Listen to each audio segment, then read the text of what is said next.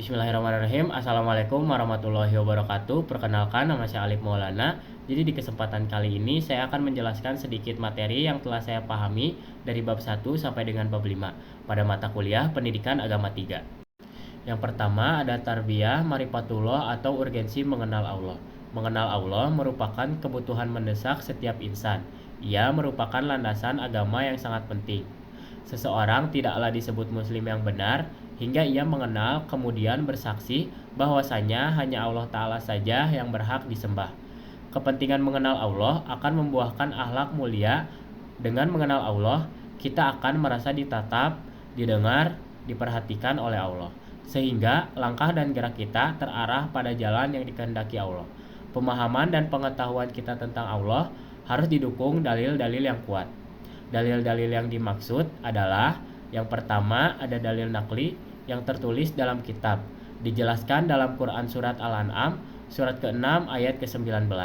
Dalam tafsiran Al-Jalil diterangkan bahwa ayat tersebut turun ketika orang-orang kafir berkata kepada Nabi Shallallahu Alaihi Wasallam bahwa kepada kami saksi terhadap kenabianmu karena ahli kitab mengirimmu. Yang kedua ada dalil akli atau akal logika. Dalil akli akan semakin terbukti kebenarannya dengan dalil akli yang diperoleh dari ayat-ayat kauniyah.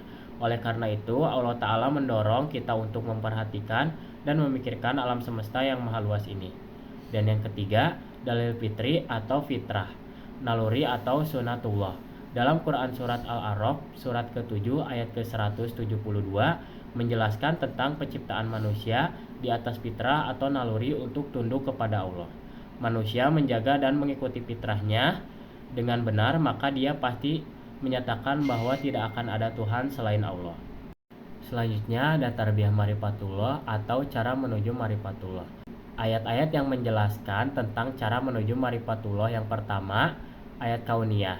Ayat kauniyah adalah ayat yang berasal dari ucapan yang bersumber dari firman Allah yang sering kita jumpai di dalam kitab suci Al-Quran. Dan yang kedua, ayat kauniyah. Ayat kauniyah adalah tanda-tanda kebesaran atau ayat-ayat Allah yang ada di dalam alam raya.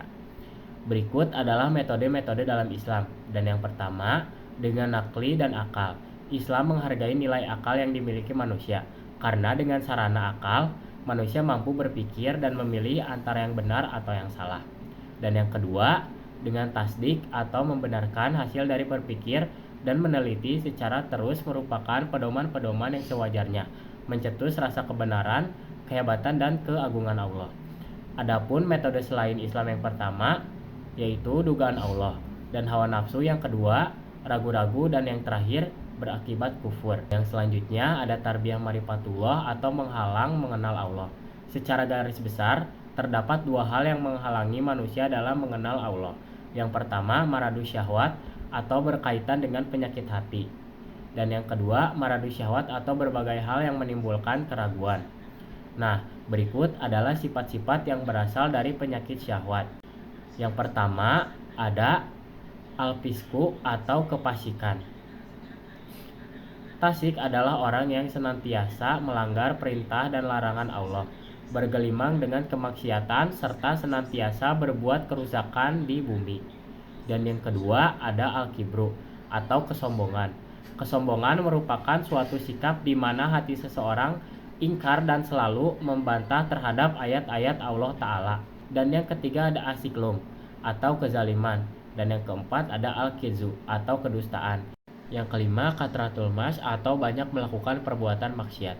Adapun sifat-sifat yang berasal dari penyakit tubuh, yang pertama ada az-zahlu atau kezahilan atau kebodohan. Yang kedua al-irtiad atau keraguan-raguan. Yang ketiga al-inhiraf atau penyimpangan.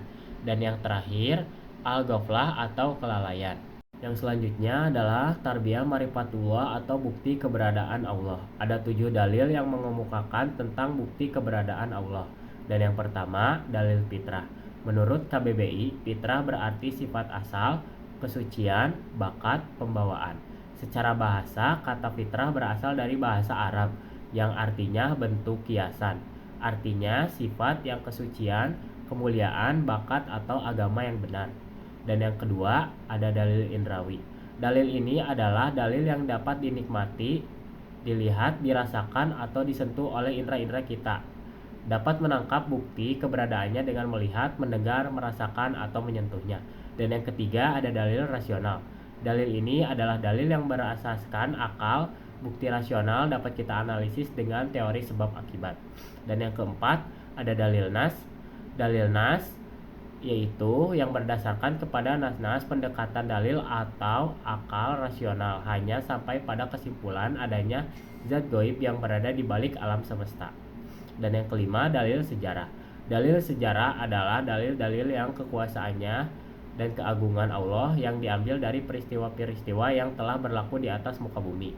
Dan yang keenam, mengenal keagungan Allah dari semua dalil-dalil yang dapat dilihat di atas itu adalah berfungsi menguatkan pandangan kita betapa keagungan Allah begitu luar biasa, dan mendudukan kita sendiri di hadapan keagungan ini langsung mencetuskan tauhidullah yang luar biasa.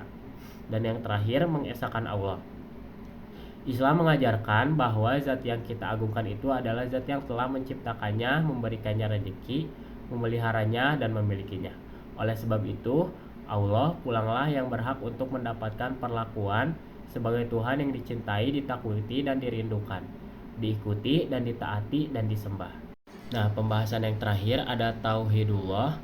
Tauhid berasal dari kata kerja wahada, yuwahidu, tauhidan. Merupakan kata dari kata kerja wahada yang artinya mengesahkan Allah Subhanahu wa Ta'ala.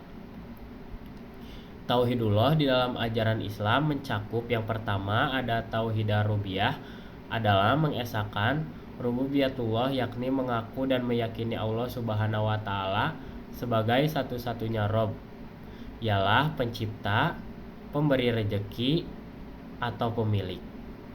Nah, pertama ada pencipta segala waktu, dijelaskan dalam Quran surat Al-Baqarah ayat ke-21 sampai 22. Kemudian Quran surat Al-Furqan ayat kedua. Dan yang terakhir Quran surat Al-Kahfi ayat kelima.